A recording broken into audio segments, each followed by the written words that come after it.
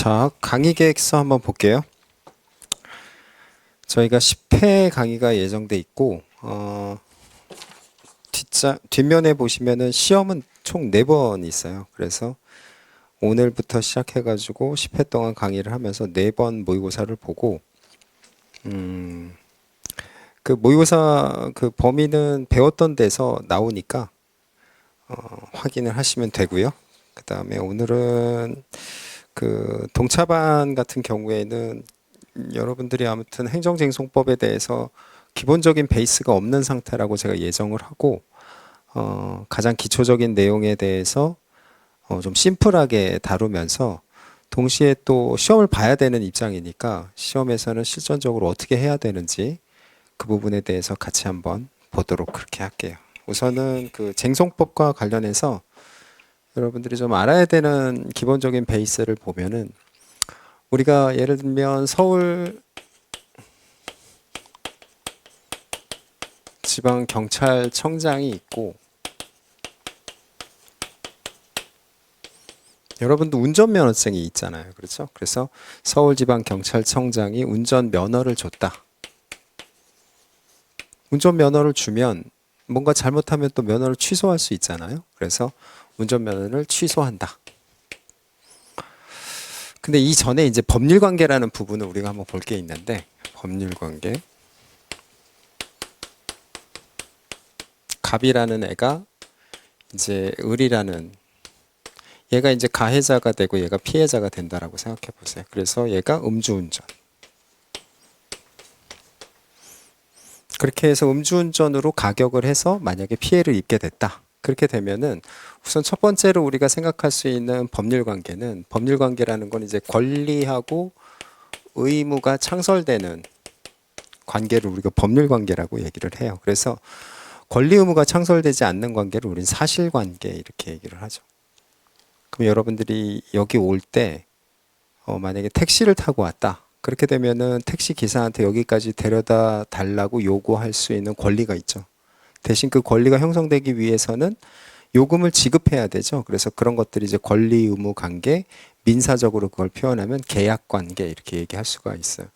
그럼 이제 법률 관계라는 거는 크게 첫 번째로 이제 민사적인 법률 관계가 있죠. 그래서 가해자, 피해자 이렇게 돼 있기 때문에 가해자가 손해를 야기했잖아요. 그렇기 때문에 을 입장에서는 갑에 대해서 손해배상을 청구할 수 있는 채권이라는 게 있고, 그 다음에 갑 입장에서는 을에게 손해를 배상해야 될 의무가 있는 거죠. 이걸 채권 채무 관계 이렇게 얘기를 하는 거예요.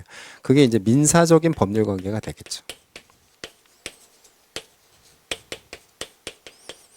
그 다음에 이제 형사적인 법률 관계도 있어요. 그래서 여러분 뭐 음주운전으로 구속이 됐다 이런 얘기 들어본 적 있잖아요. 그렇죠? 그래서 갑이 음주운전으로 도로교통법을 위반했기 때문에 갑에 대해서는 검찰에서 기소를 해서 형사법원에서 재판을 받을 수가 있겠죠. 그래서 이게 형사적 법률 관계. 그 다음 마지막으로 남은 게 이제 법원은 여러분들 민사법원, 형사법원, 행정법원 3개밖에 없거든요. 그래서 나머지는 이제 행정적 법률 관계가 있는데, 그럼 여러분 행정적 법률 관계는 여기서 뭘 예상할 수 있을 것 같아요? 갑과 을이 이렇게 해서 음주운전으로 사고를 일으키고 이런 상황에서, 맞아요. 여기 있는 서울지방경찰청장이 선물을 조정해서 면허를 줬던 거를 다시 뺏는 이러한 작용이 있게 되는 거예요. 그러면은 갑은 기본적으로 면허가 없는 상태에서 일상생활이 좀 유지가 어려운 상황이라면, 서울지방경찰청장에 의해서 이루어진 이 면허 취소에 대해서 내가 뭔가 다퉈야 되는 상황이 오는 거죠. 그래서 그때 갑이 이 면허 취소에 대해서 행정법원에다가 이 면허 취소를 취소해달라는 취소소송을 제기하는 거예요. 이게 바로 행정소송이 되는 거죠. 행정소송. 그러면 여기는 이제 행정법원 이렇게 되는 거예요. 이렇게 해서 이제 취소소송을 제기한다라고 봤을 때는 민사하고 형사하고는 좀 차원이 이제 달라지는 문제가 있는데, 그건 왜 그렇게 되느냐라는 거예요. 거기에 대해서 우리가 좀 알아야 되는데, 예를 들면 여기에 있는 서울지방경찰청장이 갑에 대해서 운전면허에 대해서 취소를 한다 이렇게 했을 때는 서울지방경찰청장이라는 기관에서 그냥 마음대로 할 수는 없죠. 그래서 이때는 반드시 법에 근거해서 해야 돼요. 그래서 그게 바로 도로교통법이라는 공법에 기해서 하는 거예요. 이걸 공법이라고 하는 거예요. 이건 행정법이죠, 이게. 그래서 공법. 그다음에 법이라는 게 이제 도로교통법이라고 해서 국회에서 제정한 이 법률에 의해서만 다 커버가 될 수 있는 건 아니죠. 그래서 도로교통법 시행령, 그다음에 도로교통법 시행규칙. 자, 이렇게 이런 것들은 이제 법규 명령 이렇게도 표현을 해요. 그래서 법과 법규 명령에 근거해서만 이런 서울지방경찰청장이 갑에 대해서 면허 취소라는 공권력을 행사할 수가 있죠. 그렇죠? 그래서 예를 들어서 뭐 갑이 좀 마음에 안 든다는 이유로 면허를 취소할 수는 없단 말이죠. 이런 것들을 우리가 법에 의해서 이루어지는 거, 이걸 법치행정 이렇게 얘기를 해요. 법치행정. 그래서 법에 의하여 지배가 이루어지는 행정작용 이렇게 얘기를 하는 거예요. 그래서 법이 지배하는 행정이 되는 거죠. 반대말은 뭐가 될까요? 인치행정이죠. 인치. 그래서 사람의 마음대로 이루어지는 행정이 아니라 반드시 법에 근거를 하고 그 다음에 그 법에 내용된 대로만 할 수가 있는 거예요. 그걸 법치행정주의 이렇게 얘기를 하죠. 그러면은 여기에 있는 그 서울지방경찰청장 있잖아요. 이 서울지방경찰청장은 이 도로교통법과 그 다음에 시행령 시행규칙이라는 이 공법 있잖아요. 이 공법대로만 하겠죠. 그렇죠? 그렇기 때문에 여기에 있는 서울지방경찰청장은 이 행정법에 대해서 몇 번째로 판단하는 거예요? 어려워요? 처음 나왔으니까. 그래서 1차 판단을 하는 거예요. 얘가 1차 판단을 한다. 그러니까 서울지방경찰청장이라는 거는 여기서 서울지방경찰청장의 그러한 직무를 수행하는 사람을 얘기하는 게 아니에요. 여러분, 사람에 의해서 그 작용이 이루어지는 게 아니죠. 그 사람이 수행하고 있는 실질적인 어떠한 그 업무를 하고 있는 그 형식상의 기관을 우리 행정법에서 얘기를 하는 거예요. 그래서 여러분 면허증에 보면은 운전면허증에 보면은 서울지방경찰청장이 여러분한테 운전면허를 발급했다라는 거를 증명하는 증서가 있죠. 거기에 보면 관인에 서울지방경찰청장이라고 표시가 돼 있지 거기에 사람의 이름이 적시되어 있지는 않단 말이에요. 그래서 이런 것들을 우리는 처분청 이렇게 표현을 하고 처분청이 사인에 대해서 면허 취소라는 무언가의 공권력 작용을 할 때는 반드시 그것이 마음대로 하는 것이 아니라 법에 근거해서 이루어져야 된다라는 거예요. 그러면 서울지방경찰청장은 이러한 공법에 대해서 잘 알아야 되겠죠. 왜냐하면 그거대로만 판단해야 되기 때문에. 그래서 서울지방경찰청장은 바로 이런 행정법에 대한 1차적 판단권자 이렇게도 달리 표현할 수가 있는 거예요. 근데 갑 입장에서는 이 법에 따라서 한 것으로 보이지가 않는 거예요. 뭔가 법에 따라서 한 게 아니라 뭔가 잘못 이루어진 거라고 판단이 들기 때문에 그 부분에 대해서 이제 행정법원에다가 다시 한번 판단을 구하고 있는 거죠. 그럼 행정법원은 이제 몇 차 판단이 되는 거예요? 그렇죠. 1 다음은 2니까. 그래서 2차 판단이 되는 거예요. 그럼 여러분들이 이제 1차와 2차라는 표현을 통해서 기본적으로 2차 판단권자는 1차 판단권자에 대해서 베이스가 존중이 깔려 있겠죠. 그렇죠? 그래서 행정법원은 이 공법에 대해서는 사후적으로만 판단하는 거고 그다음에 서울지방경찰청장이라는 행정청은 기본적으로 공법에 대해서 1차 판단을 하게 되는 거예요. 그럼 갑은 법원에 대해서 결국 2차 판단을 구하는 거죠. 1차 판단으로 이걸 받고 그 다음에 법원에 대하여 2차 판단을 구하고자 하는 소송이 바로 취소소송이다라는 거예요. 그럼 여기서 제가 아까 말씀드린 것처럼 행정법원 입장에서는 지금 당사자가 몇 명이에요? 서울지방경찰청장하고 갑 이렇게 2명이죠. 그렇죠? 2명이기 때문에 2명의 이익을 비교해서 판단을 때려야 된단 말이에요. 그래서 여기에 판사가 있고 그 다음에 소송을 원하는 원고가 있죠. 그 다음에 소송을 당하는 피고가 있어요. 그 원고는 여기서 갑이라고 볼 수 있겠죠. 그래서 갑이 소송을 제기했으니까. 그다음 피고는 청장이 되는 거죠. 서울지방청장. 그래서 이렇게. 그러면 그때 이제 서울지방경찰청에 근무하는 공무원이 여기서 소송 수행은 하는 거고, 갑이 원고로서 이 자리에 있고, 그다음에 서울지방경찰청에 있는 공무원이 여기서 이제 서울지방경찰청장을 실제로 소송 수행을 하면서 여기에 이렇게 배석을 하게 된단 말이에요. 그러면 이제 판사 입장에서는 얘하고 얘가 다투는 모양이죠. 그렇죠?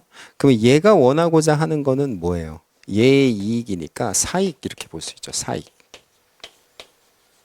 그럼 피고가 원하는 건 지금 뭘까요? 피고가 원하는 건, 피고는 왜 갑에 대해서 면허를 취소했을까요?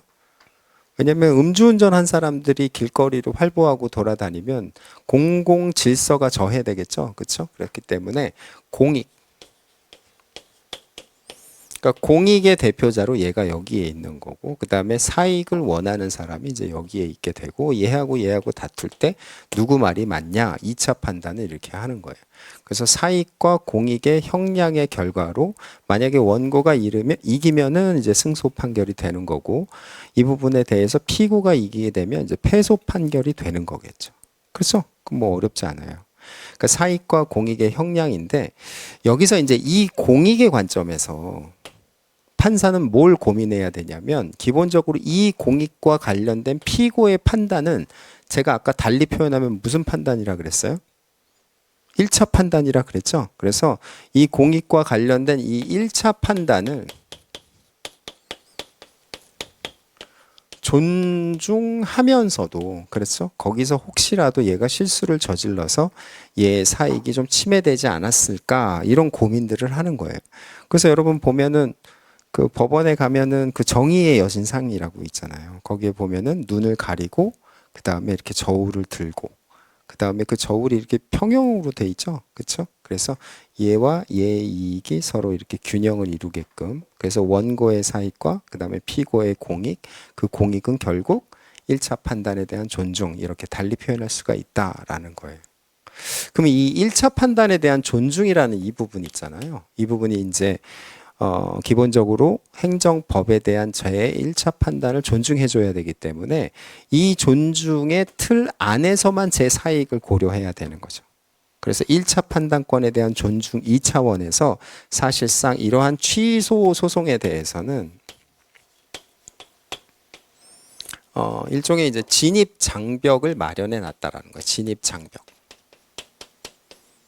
약간의 허들을 마련한 거죠. 허들. 이걸 뭐라 그러냐면 소송 요건, 이렇게 얘기를 하는 거예요. 소송 요건. 그러니까 소송이 이루어지기 위해서는 일종의 진입 장벽인 요건이 필요하다라는 거예요. 그 요건이 그럼 뭐냐? 그게 바로 소송 요건이에요. 그래서 원고 적격부터 관할에 이르는 7가지의 소송 요건이 필요하다라는 거예요. 7가지의 소송 요건. 그래서 그 내용이 어디에 있냐면, 여러분 요런 한번 볼게요.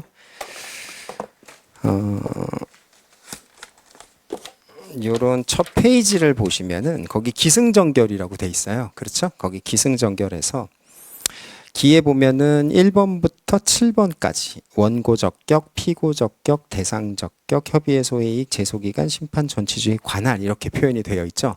그래서 이러한 요건들이 충족되어야지만 그 다음에 판사를 만나서 이 내용과 관련해서 과연 누구 말이 맞는지에 대한 본안 판단을 하고, 그 다음 거기 결에 보면은 그 본안 판단의 결론에 따라서 그게 인용이냐 기각이냐 사정 판결이냐 뭐 이렇게 흘러가게 된다라는 거예요. 그래서 우리 시험에서는 사실 여기 기에 있는 내용 있잖아요. 이 소송 요건이라는 부분, 이 부분이 우리 시험에 한 50% 정도는 출제가 되는 부분이기 때문에 이 부분을 여러분들이 이제 살펴보는 게 첫 번째 과정이 되는 거예요. 자, 다시 한번 복기해 보면은, 자, 법학이라는 거는 결국에는 법률 관계에 대한 우리가 이제 고찰이죠. 법률 관계라는 건 권리 의무 관계에 대한 고찰이다, 이렇게 표현할 수가 있는데, 권리 의무 관계는 크게 3가지의 형태가 있다. 그래서 민사적인 법률 관계, 형사적인 법률 관계, 행정적 법률 관계가 있는데, 예를 들어서 누군가가 음주 상태에서 운전을 해서 을을 가격한 상태에서의 이게 이제 사실관계죠. 이렇게 해서 사실관계가 발생을 하면은 그 사실관계 속에서 세 가지의 법률관계가 파생되더라. 첫 번째는 갑이 을에게 손해를 야기했기 때문에 민법 750조죠. 거기에 손해배상 청구권이라는 법률관계가 이제 민사적으로 형성이 되고요. 그 다음에 갑이 도로교통법을 위반한 거잖아요. 그래서 형사적인 법률관계, 이게 민형이 되는 거예요.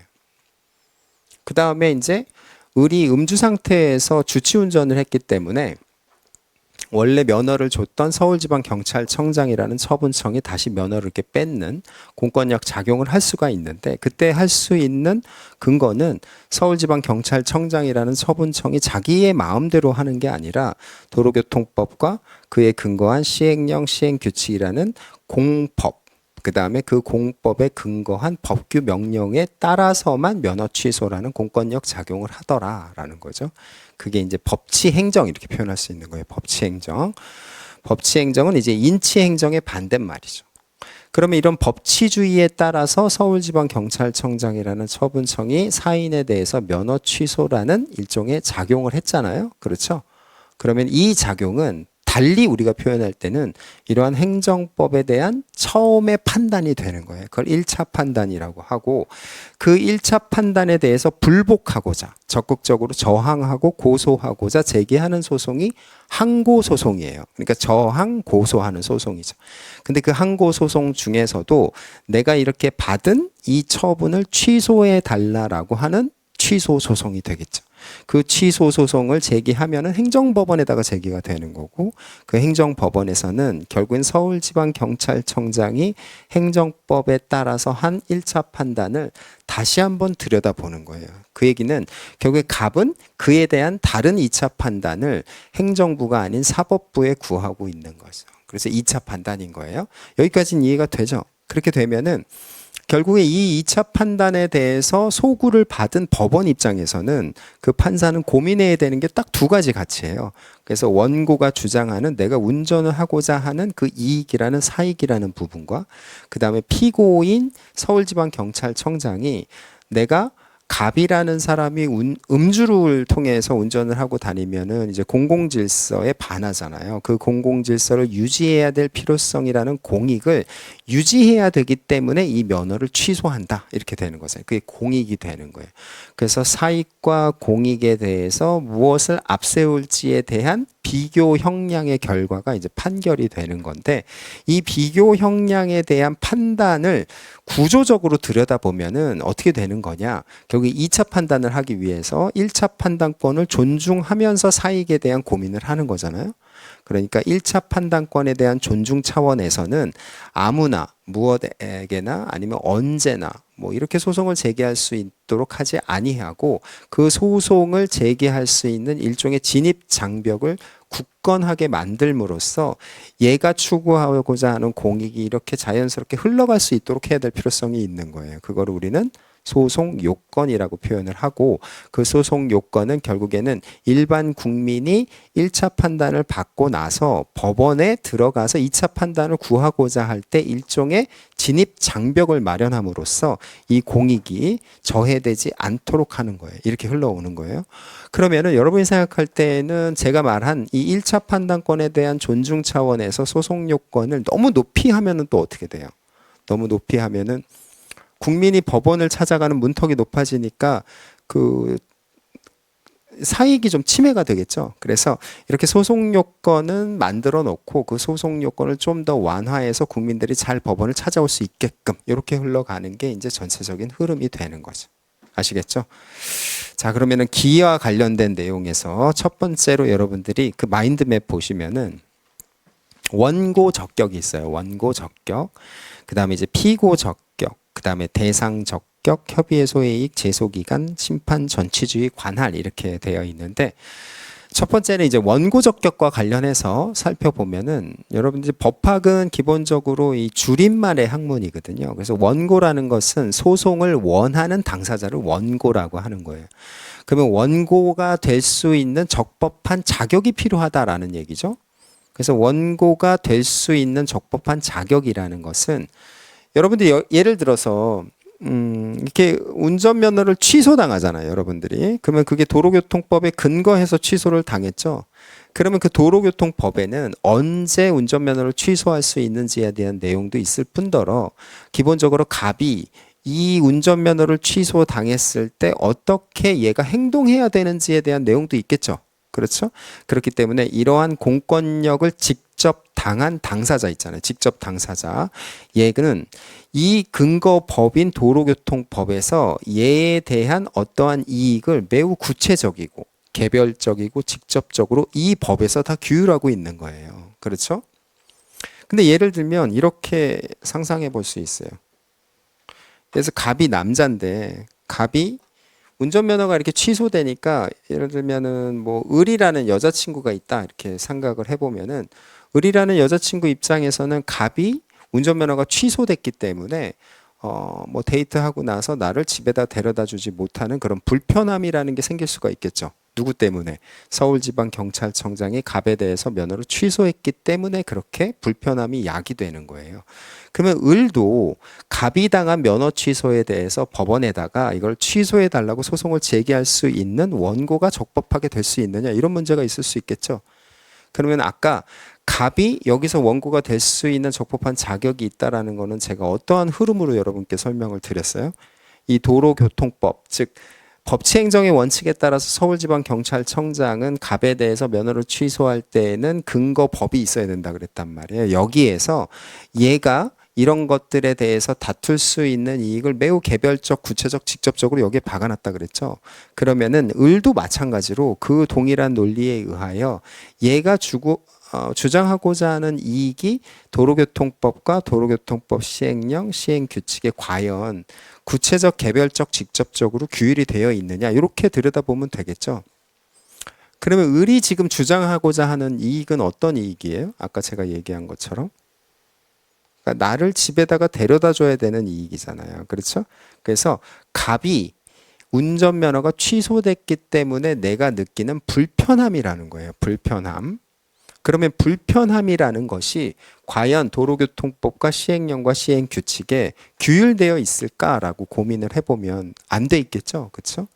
그런 주장은 터무니없는 합리적이지 않은 주장이잖아요. 그러면은 터무니없는 합리적이지 않은 주장에 대해서 재판부는 뭐라고 표현할 수 있는 거예요? 너는 원고가 될 수 있는 적법한 자격이 없으니까 너는 소송을 제기할 수가 없어. 이렇게 표현하면 되겠죠. 그런 것들을 각하 판결 이렇게 얘기를 하는 거예요. 그래서 얘는 원고가 될 수 없기 때문에 각하 판결을 받게 되는 거예요. 알겠죠? 자, 그게 원고 적격이에요. 거기 1번에 보시면은. 그래서 그 밑에 보면은 어떻게 표현이 돼 있냐면 당의 그 다음에 관련 법규에서 개별적이고 직접적이고 구체적인 이익이 규율되어 있으면 원고가 될 수 있고 규율되어 있지 않으면 원고가 될 수 없다. 이렇게 되는 게 원고 적격이 되는 거죠. 자, 두 번째는 이제 피고 적격인데요. 여러분들 원래는 여기서 민사소송을 제기한다고 했을 때는 을이 원고가 되겠죠. 손해를 입었으니까. 그래서 얘가 원고가 되고 갑이 이제 피고가 된단 말이에요. 그러면 을이 갑에 대해서 손배 청구를 하겠죠. 손해배상 청구 소송을 제기해요. 손해배상 청구 소송. 그러면 얘가 원고, 얘가 피고가 돼요. 여러분 여기서 얘가 원고가 되고 그 다음에 갑이 피고가 되는 부분에 대해서 뭐 부자연스러운 부분은 없죠. 왜냐하면 얘네들은 다 뭐기 때문이에요? 인격체이기 때문이에요. 인격체. 그러니까 인격체라는 것은 권리 의무가 귀속될 수 있는 주체를 인격체라 그래요. 예를 들면 여러분이 학원에서 강의를 듣기 위해서는 여러분의 신용카드나 아니면 현금으로 여기다가 뭘 해야 돼요? 지급을 해야지만 강의를 들을 수 있는 자격이 부여가 되잖아요. 그렇죠? 거래가 형성되기 위해서는 여러분이 법률 행위를 할 수 있는 당사자여야 되는 거죠. 그렇죠? 그러니까 계좌가 있어야 되는 거예요. 계좌가. 그래서 우리는 그런 것들을 법적으로는 인격체 이렇게 얘기를 하고, 그 인격체는 법학에서는 자연인이 있고 그 다음에 이제 법인이 있죠. 그죠? 그래서 성인으로서 민사상의 법률 행위를 할 수 있는 자연인과 그 다음에 법으로부터 그 인격을 부여받은 법인. 그러니까 그 법인을 상법상으로 표현하면 뭐가 돼요? 그게 회사가 되는 거예요. 알겠죠? 그래서 인격체끼리 손해배상 청구 소송이라는 소송 행위를 하는 거예요.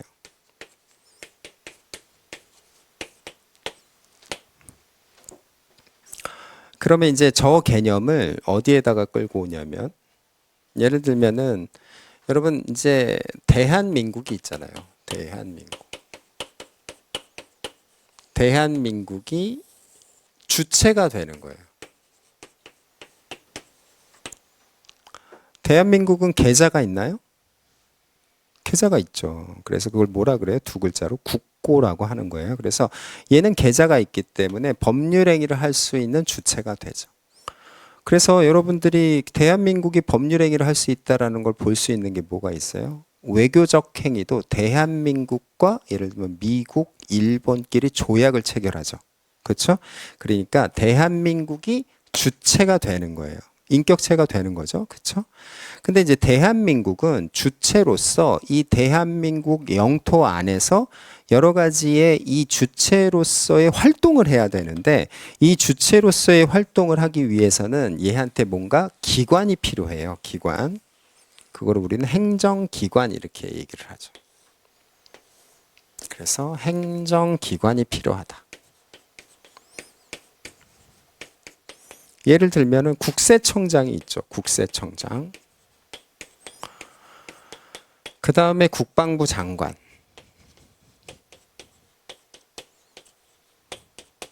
그 다음에 뭐 병무청장. 그 다음에 경찰청장. 뭐 이런 것들이 있어요. 예를 들면 대한민국 영토 안에서 조세작용 있잖아요. 세금을 세원을 확보하고 그 다음에 그 세원에 대한 지출을 하는 거. 그래서 세금을 확보하는 작용을 위해서는 국세청장이라는 기관을 두는 거예요. 이게 사람으로 따지면 이제 팔, 다리 뭐 이런 거 그렇게 되는 거잖아요. 그렇죠? 그래서 기관이라 그래요. 이걸 행정기관. 그래서 국세청장은 행정 주체가 아니라 행정기관이 되는 거예요. 그럼 국세청장이 예를 들어서 여러분한테 지방세가 아니라 이제 국세로서 종합소득세를 부과해서 만약에 받으면은 그게 국세청장의 계좌로 들어가요? 아니면 대한민국의 계좌로 들어가요? 후자죠. 그래서 대한민국의 국고로 납입하게 되는 거예요. 그러면은 국세청장이라는 이 행정기관이 한 작용은 그 법적 효과가 다시 대한민국에게 귀속되는 거죠. 얘를 주체라고 표현하고 얘를 기관이다 이렇게 표현을 하는 거예요. 그 다음에 얘도 마찬가지예요. 병무청장이 예를 들어서 병무 행정 작용을 하잖아요. 그래서 누군가를 군에 입대시키고 그 다음에 누군가를 전역시키는 작용을 하죠. 그럼 병무청장이 그러한 병무 행정 작용을 함으로써 국가 안보의 어떠한 효과라는 부분이 있잖아요. 그거는 누구에게 귀속돼요? 대한민국에게 귀속되는 거고 병무청장에게 귀속되는 게 아니죠. 병무청장은 그 작용만을 대신해서 할 뿐이에요. 경찰도 마찬가지죠. 경찰이 예를 들어서 주말에 여러분들이 어떤 시위를 할 때, 집회가 있을 때 그 집회에 대해서 교통 통제를 함으로써 교통 질서가 유지되죠. 그 교통 질서가 유지되는 법적 효과는 주체인 대한민국에게 귀속되는 거예요. 그러면은 대한민국은 인격체인 주체로서 다양한 이러한 기관을 통해서 공공 질서와 국가 작용을 하게 되는 거잖아요. 그렇죠? 그러면 그 국가 작용은 결국에는 누구를 상대로 해요? 다 일반 국민들을 상대로 하는 거예요. 그러면 대한민국이라는 주체가 이러한 행정기관을 통해서 국가행정 작용을 하고 그 국가행정 작용을 통해서 일반 국민에게 그 작용이 미치잖아요. 그렇죠? 그러면은 뭘 통해서 이렇게 국가행정작용이 갑에게 이르게 될까요? 여러분 생각할 때 세금만 생각하더라도 국세청장을 통해서 국세가 여러분한테 도달할 때는 반드시 문서에 의해서 도달돼요. 문서. 그게 세금 납입 고지서가 되는 거예요. 그래서 그 문서에 보면은 주인은 누구예요? 사실은 그 문서에 대한 주인은 대한민국이죠. 근데 문서에 보면 여러분 대한민국이라고 찍혀 있어요? 아니면은 국세청장이라고 찍혀 있어요? 국세청장이라고 찍혀 있단 말이에요. 그 왜냐면은 기관을 찍어놔요, 여기다가. 그래서 국세청장이라는 기관으로서 날인이 여기 이렇게 돼 있단 말이에요. 그러면 갑 입장에서는 국세청장이라는 날인이 있는 국세 납입 고지서를 이렇게 딱 받았다라고 했을 때 이렇게 생각하는 사람이 있을까요? 예를 들어서 국세청장은 행정기관이고 그 행정기관이 한 행정작용은 대한민국이라는 인격체인 주체에게 귀속되기 때문에 결국에는 나는 대한민국을 피고로 소송을 제기해야 돼. 이렇게 생각할까요? 그렇지 않죠. 이거는 여러분이 지금 수업을 들었으니까 그렇게 생각을 하는 거고 국세청장이 나한테 세금을 내라고 했다라고 생각하는 게 직관적이죠. 그러니까 편지로 따지자면 편지의 발신인이 국세청장이 되는 거예요. 그러니까 편지에 찍혀져 있는 기관만 상대하면 되죠. 그렇죠? 그러면 갑은 누구를 상대로 해서 소송을 제기하는 게 직관적이고 매우 심플해요. 국세청장을 피고로 해서 소송을 제기하는 게 깔끔하다라는 거예요. 그래서 행정소송은 민사소송과는 달리 인격체가 아닌 이렇게 처분서에 찍힌 기관만 상대해서 직관적으로 소송을 수행토록 국민의 소송 수행의 편리성을 제고하고 있어요. 알겠죠? 그러면 누가 피고예요, 여기서? 국세청장이 피고가 되는 거고 만약에 여기 여학생도 있지만 여학생한테 내일 당장 군대 오라고 만약에 왔다. 그러면은 누구를 피고로 해서 소송을 제기해야 돼요? 병무청장을 상대로 해서 소송을 제기해야죠. 왜냐면은 입영 통지서가 누구 날인이 찍혀 있어요? 병무청장의 날인이 찍혀져 있기 때문이에요. 그게 피고 적격이에요. 알겠죠? 그러니까 우리가 일반적으로 소송행위라는 것은 당사자, 인격체끼리 하는 것이기 때문에 인격체가 아닌 이 기관에 대해서 소송을 제기하는 것은 일반 소송법적 입장에서는 매우 불합리한 거죠. 그렇죠? 그렇지만 국민의 소송 수행의 편의성 제공, 처분서가 날라오기 때문이에요. 그 처분서에 찍힌 기관만 상대하면 된다라는 거. 그게 피고 적격이에요. 그 행정소송법 13조에 있고요. 거기에 보면 처분청이라는 표현이에요. 그러면 여러분 뭘 알 수 있어요? 행정기관인데 처분서에 직인이 찍혀져 있는 행정기관을 뭐라 한다?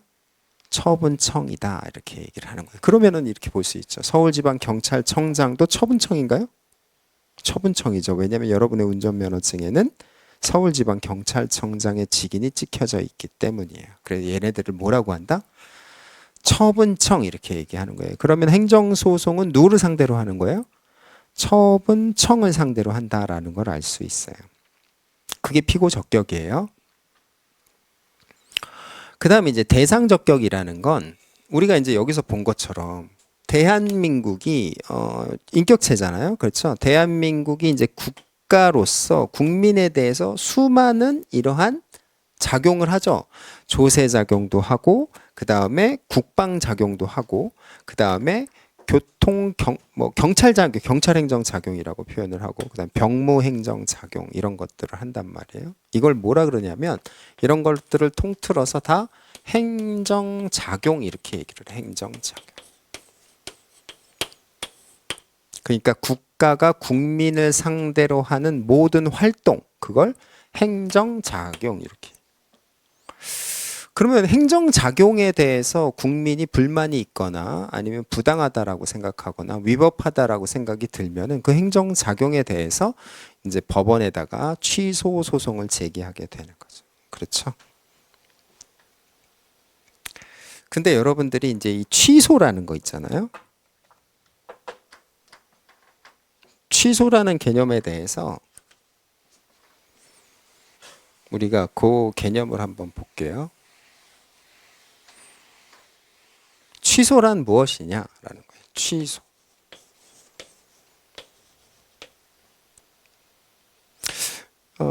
여러분들이 예를 들어서 연애가 있고요. 그 다음에 이제 결혼이 있다. 그럼 여러분이 이제 한국 사람이잖아요. 그렇죠? 한국 사람으로서 연애와 결혼 속에서 중에서 취소라는 표현이 좀 더 국어적으로 잘 부합되는 거는 연애가 부합돼요? 결혼이 부합돼요? 어려워요? 외국인이죠, 외국인. 그러니까 여러분 연애는 취소한다라고 표현하면 어때요? 이상하죠? 결혼은 취소한다라고 표현하면 좀 그럴듯해 보여요. 그래서 결혼을 취소하는 거 있잖아요. 그 작용을 민사적으로 뭐라고 표현해요? 그걸 이혼이라고 얘기하는 거예요. 근데 연애는 이게 예를 들어서 어떤 사람이랑 여러분이 연애를 하는데 갑자기 그 친구가 여러분한테 야, 우리 연애 취소하자. 그럼 진짜 헤어져야 되죠. 그런 사람이랑. 왜냐하면 그 정도의 상식도 없으면 그건 이상하잖아. 그렇죠? 그래서 얘는 취소라는 표현이 적합하지가 않단 말이에요. 그건 이제 국어적으로 우리가 느끼는 부분이에요. 그러면 이 국어적으로 느끼는 부분을 과연 법학적으로는 어떻게 이해할 수가 있느냐라는 거예요. 이게 여기서는 좀 자연스럽고 여기서는 부자연스럽다라는 건 달리 표현하면은 결혼은 법률행위이기 때문이고 연애는 사실행위이기 때문이에요. 아까 제가 뭐라 그랬어요? 여러분 법률행위라는 거? 법률행위라는 거는 여기서 제가 여러분께 말씀을 드렸지만은 권리와 의무가 창설되는 관계를 법률행위, 법률관계 이렇게 표현을 해요. 그러면은 여러분들이 이제 결혼을 하면은 어떠한 권리와 어떠한 의무가 형성돼요? 안 해봐서 모르죠. 결혼을 하면은 상속을 받을 수 있는 권리가 형성이 돼요. 그렇죠? 근데 어떤 의무가 있어요? 결혼을 하면은? 집에 안 들어가면 안 돼요. 그래서 부양을 해야 될 의무가 있어요. 그래서 부양할 의무와 상속받을 수 있는 권리가 민법에 의해서 형성이 되는 거예요. 그렇죠? 그래서 권리 의무 관계 법률행위 이렇게 돼요. 그럼 연애를 하면 여러분 어떤 권리가 생겨요? 권리가 생길 것도 없고 의무도 없죠. 예를 들어서 연애하다가 예를 들어서 헤어지면은 뭐 어떤 제재가 따르거나 법적인 효과가 발생하나요? 그렇지 않죠. 그래서 그냥 헤어지면 끝이에요. 근데 결혼을 했어요. 근데 결혼을 하고 좀 마음에 안 들어. 그냥 헤어지면 되나요? 아니죠. 이런 청산의 절차가 필요하잖아요. 그렇죠? 그런 것들을 우리는 법률행위라고 표현하는 거예요. 권리와 의무가 형성되는 결혼, 권리와 의무가 아니잖아. 연애를 하면 사랑할 수 있는 권리. 그런 사랑할 수 있는 권리라는 거는 법학적 표현이 아니잖아요. 그렇죠? 보고 싶을 권리? 뭐 그런 것들은 그냥 사실적 표현이죠. 그러니까 연애는 사실행위란 말이에요. 사실행위는 건 달리 돌려가면 어떻게 표현할 수 있어요?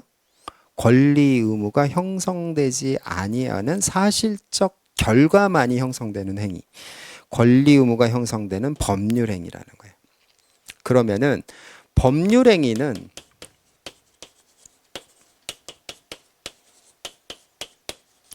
취소라는 게 되죠. 그렇죠? 근데 사실행위는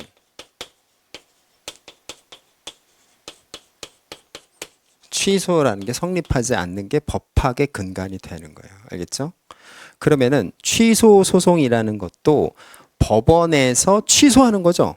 그럼 법원에서 취소하기 위해서는 아까 제가 말씀드린 이것과 논리 정합적으로 딱 되기 위해서는 뭐만 취소 소송의 대상이 돼야 돼요. 그렇죠. 법률행위만 취소 소송의 대상이 되는 게 법학적 관점에서 매우 타당하다라는 거예요. 그래서 그렇게 공법상의 법률행위 있잖아요. 그렇죠? 공법상의 법률행위를 뭐라 그래요? 이걸 행정행위 이렇게 얘기하는 거예요. 알겠죠? 행정행위. 그래서 행정청이 하는 법률행위 이렇게 얘기할 수 있겠죠. 아까 행정청은 뭐라 그랬어요, 여러분? 행정청은 행정기관인데 처분서에 지키는 행정기관, 행정청, 처분청 이렇게 얘기했잖아요. 그렇죠? 그래서 행정청이 하는 법률 행위를 우리 행정행위. 행정행위는 결국에는 취소 소송의 대상이 되는 거예요. 그러니까 행정행위는 대상 적격이 있다 없다? 있다 이렇게 되는 거죠. 그래서 F 행정행위다. 그러면 그게 뭐가 되는 거예요? 처분의 대상이 될 수 있는 거예요. 그걸 대상 적격이 충족된다 이렇게. 그래서 행정행위는 대상이 되는 거예요. 그러면은 어떤 문제가 있어요, 여러분? 이 깔끔하죠? 행정행위만 항고소송의 대상이 된다 이러면 매우 깔끔해요. 그렇잖아요. 근데 행정행위만 소송의 대상이 된다 그러면 어떤 단점이 있을 것 같아요, 여러분 생각할 때는? 행정행위 이외의 기타 작용으로 국가로부터 상처를 받은 국민이 법원을 찾아가지 못하게 되는 효과가 있죠. 그래서 행정행위가 아니지만 그래도 대상이 될 수 있도록 길을 열어놔야 되겠죠. 그래야지만 국민의 권익 구제가 좀 더 보편적으로 될 수 있겠죠. 그래서 그걸 뭐라 그러느냐? 그걸 처분이라 얘기해요. 항고소송의 대상이 되는 것들을 우린 처분이라고 하는데 결국엔 처분이라는 것은 행정행위 플러스 기타 등등 이렇게 표현할 수가 있는 거예요. 거기 대상적격 보면 3번이죠. 그러면 행정청 구체적 공권력 행사 권리 의무 변동 이건 이제 행구 법공 이렇게 표현을 하는데 그게 다시 얘기하면 뭐가 되는 거예요? 그게 행정행위가 되는 거예요. 그래서 행정행위가 되고 그 다음에 행정행위 이외의 기타 행정작용 속에서도 권익구제에 보탬이 될 필요성이 있다 그러면 대상적격이 인정이 되는 것이다 라는 거예요. 알겠죠? 그게 이제 대상적격의 문제가 되는 거죠. 4번에 이제 협의해소의 이익이라는 게 있는데 협의해소의 이익은 원고가 예를 들어서 면허 취소가 아니라 면허 정지를 받았다 이렇게 생각해 볼게요. 면허 정지.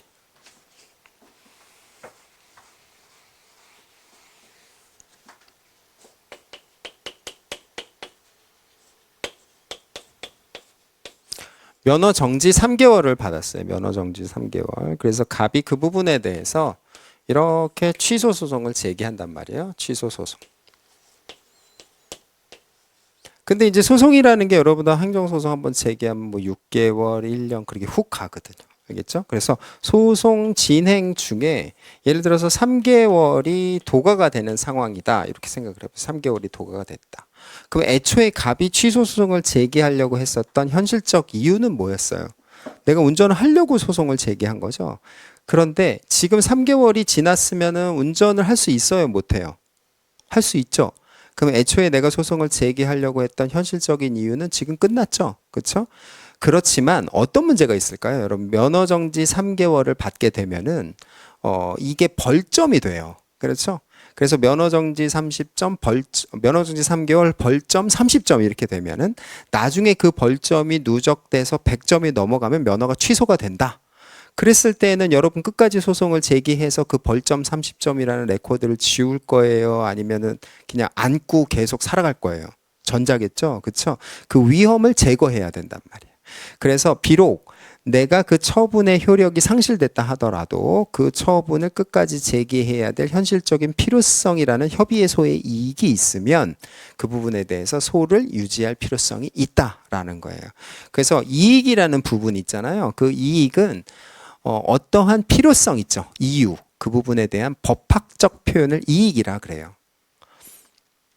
국어예요, 여러분. 법학이 약간 수학적 국어죠. 예를 들면 이렇게 얘기하는 사람들이 있잖아요. 막 연애하다가 다투면은 너 나한테 도대체 이렇게 이야기하는 이유가 뭐야? 이렇게 얘기하는 사람도 있고 네가 이렇게 함으로써 도대체 무슨 이익을 얻는 거야? 이렇게 얘기하는 사람도 있죠. 근데 후자는 좀 이상하죠. 그렇게 얘기하면은 일상적이지 않죠. 그 법학이 약간 일상적이지 않은 용어를 사용할 뿐이에요. 맥락만 같은 거지. 그래서 그걸 협의해소의 이익이다 이렇게 얘기를 하는 거예요. 그다음에 이제 제소기간이라는 거 있죠. 제소기간이라는 건 소를 제기해야 하는 기간을 얘기하는 거예요. 예를 들어서 운전면허 취소를 받았단 말이에요. 운전면허 취소를 받았는데 그거에 대해서 뭐 평생 동안 소를 제기할 수 있다. 그렇게 되면은 여러분들은 어떤 문제가 생겨요? 100년 전에 운전면허 취소받은 사람이 아직도 소송을 제기하는 상태는 매우 불안정한 상태가 돼요. 그러니까 여러분 음주운전이라는 게 얼마만큼 사회의 해악성이 커요. 그렇죠? 그냥 죽을 수 있는 거잖아요. 내가 길을 가다가 그 누군가에 의해서 언제든지 죽을 수 있는 사회라는 거는 상상하기 어렵잖아요. 그러니까 공공 질서를 위해서는 그 공법적인 법률 관계가 정돈되지 않은 상태로 있으면 안 돼요. 그래서 항상 정돈된 상태로 있어야죠. 그걸 법적 안정성이라 그러는데 그 법적 안정성에 대한 유지를 위해서는 그 소를 제기할 수 있는 기간은 매우 단기간으로 딱 끊어놔야 돼요. 그래서 안날로부터 90일 이내에만 소송을 제기토록 함으로써 공법적인 법률 관계가 매우 안정적으로 돌아갈 수 있도록 하는 거죠. 알겠죠? 그래서 여러분 처분서를 받으면 그 처분서에 그 제소기간이 적혀 있어요. 그래서 심판 또는 소송을 안날로부터 90일 이내에 제기하도록 한다라는 게 제소기간이 되는 거죠. 그럼 만약에 안날로부터 90일이 지난 상태에서 내가 취소송을 제기하고자 한다. 그러면 법원에서는 뭐라 그래요? 각하 판결을 또 받게 되는 거예요. 각하라는 건 지금 우리가 언급하고 있는 이러한 소송 요건이 흠결된 상태에서 판사가 내치는 거죠. 그걸 각하라 그래요. 영어는 dismiss라고 하죠. 근데 이제 이 요건이 다 충족되잖아요. 충족돼갖고 이제 본안 판단을 들어갔는데 보니까 행정청이 잘못한 건 없어. 이렇게 하는 건 이제 기각 판결이 되는 거예요. 그건 본안에 들어와서. 그러니까 뭐 소개팅을 예시로 들면은 하기 전에 뭐 그 카카오톡 프로필인가 뭐 그걸 보고서 아예 이상해 그래서 안 만나는 건 각하가 되는 거고 만났는데 또라이야 그러면 기각 뭐 이렇게 되는 거예요. 알겠죠? 자, 제소기간도 도가 되면 각하가 되는 거죠. 그 다음에 행정심판 전치라는 것도 있는데요. 행정심판 전치는 뭐냐면 자, 우리가 이렇게 소송을 제기하잖아요. 근데 여러분들 이 도로교통법 위반 사건은 1년에 얼마나 될 것 같아요? 매우 많아요. 그래서 음주운전이 왜 이렇게 많은가? 기본적으로 서울은 대리기사가 많죠. 그런데 논산만 가더라도 대리기사가 거의 없어요.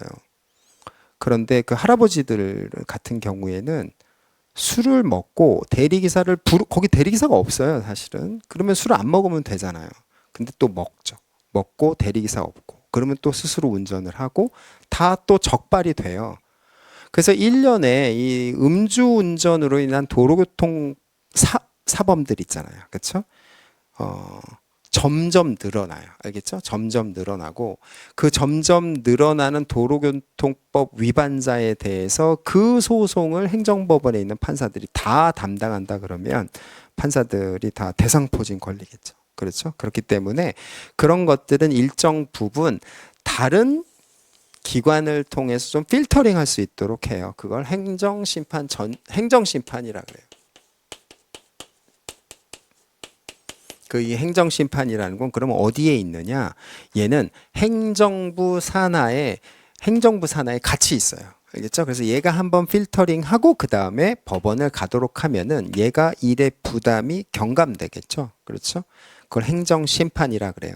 그래서 이렇게 너무 빈번히 있는 거, 도로교통법 위반 경우. 그 다음에 이제 공무원에 대한 인사처분 같은 경우에도 내새끼잖아요. 행정부에서. 그렇기 때문에 걔에 대해서 다시 한번 자정작용으로 들여다보고 가도록 하고 그 다음에 이제 세금 같은 거는 국세청 산하에 조세심판위원회가 있어요. 그렇죠? 그 조선심판원에서 한번 들여다보고 가도록. 그렇게 해서 필터링의 과정이 있는데 그게 바로 행정심판이라는 거예요. 그렇게 해서 행정심판을 반드시 거쳐야 되는 거기에 국세지방세, 공무원, 도로교통법 이런 경우에는 반드시 심판을 거치도록 하고 있다. 그래서 거치지 않으면 또 어떻게 되는 거예요? 각하가 되는 거예요.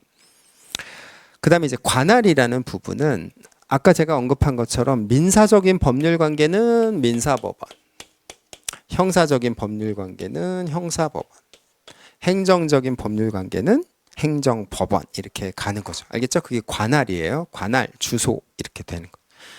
그럼 여러분 거기 보세요. 1번부터 7번까지의 요건이 충족되어야지만 이제 본안을 가서 판사를 만나서 원고와 피고가 서로 공격과 방어를 주고받으면서 누가 잘했느냐 못했느냐에 대한 싸움이 본격적으로 전개가 되는 거예요. 이게 충족되지 않으면 각하 판결을 받게 되는 거죠. 그 소송 요건 1번부터 7번까지의 요건들을 우리가 이제 앞으로 50%의 수업의 할당이 여기에 돼요. 알겠죠? 이게 소송 요건이 된다. 그 다음에 이제 승과 관련된 소송의 기술이라는 부분은 소송 요건이 충족이 되면은 거기에 있는 소를 변경할 필요성도 있거든요. 그 다음에 집행을 정지해야 될 필요성도 있고요.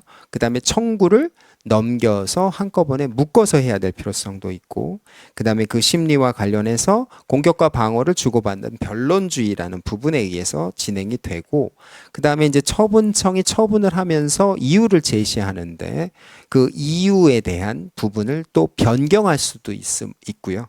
그 다음에 소송과 관련해서 또 이해관계가 있는 제3자가 참가함으로써 소송 경제를 달성할 수도 있죠. 이런 것들이 소송의 기술이 돼요. 자, 이런 기술을 쓰고 본안으로 가서 뭐에 의해서 판단을 하느냐? 아까 저희가 언급한 것처럼 법치주의에 따라서 행정법에 따라서 판단을 하죠. 그 행정법을 주체, 절차, 형식, 내용의 관점에서 행정법을 관념으로 구분할 수가 있는데 조직법, 절차법, 그 다음에 작용법 이렇게 얘기할 수가 있겠죠. 그거에 근거해서 본안을 판단하는 거예요. 본안을 판단해서 만약 그게 취소 사유다 그러면 취소가 되는 거고, 무효 사유다 그러면 무효가 되는 거예요. 그 다음에 결과 관련해서는 그렇게 해서 다 판단해서 이제 판결을 하는 거죠. 판결. 그러면은 원고의 얘기가 맞다라고 하면 인용 판결이 되고요. 그 원고의 얘기가 틀리다 이렇게 되면 기각 판결이 되고, 그 다음에 원고의 얘기가 맞지만 공공복리와 관련된 특별한 사정이 있다 그러면 원고의 청구를 들어줄 수 없는 경우들도 있어요. 그걸 사정 판결 이렇게 얘기를 하죠. 판결이 이제 확정이 되면은 이미 판결이 됐기 때문에 더 이상 이를 번복할 수 없는 기판력이라는 것도 생기고, 그 다음에 원고가 승소가 돼서 인용 확정이 되면은 행정청이 그때는 잘못한 거죠. 그래서 행정청이 잘못했으니까 그 잘못한 것들을 다시 한번 반복하지 못하도록 하는 힘, 그 기속력이라는 것도 형성이 돼요. 알겠죠? 이렇게 돼서 기승전결을 여러분 동차반 동안 아무튼 짧게나마 간략하게, 그렇지만 시험 적합하게 그렇게 해서 살펴볼 거예요. 자, 이렇게 해서 여러분들 기승전결까지 했고, 그 다음에 2교시 때는 교재 2페이지부터 진행을 하는데 제가 아무튼 요론을 중심으로 해서 하고요. 그 다음에 요론에서 중요한 부분은 판례집이랑 페어링해서 그 판례집 사례집이죠. 사례집이랑 페어링해서 보고, 그 다음에 어차피 또 외워야 되잖아요. 여러분 시험을 봐야 되니까. 그래서 외워야 되는 일반론과 관련해서는 또 요 교재로 같이 한번 보고 이렇게 진행할 거예요. 좀 쉬었다가 할게요.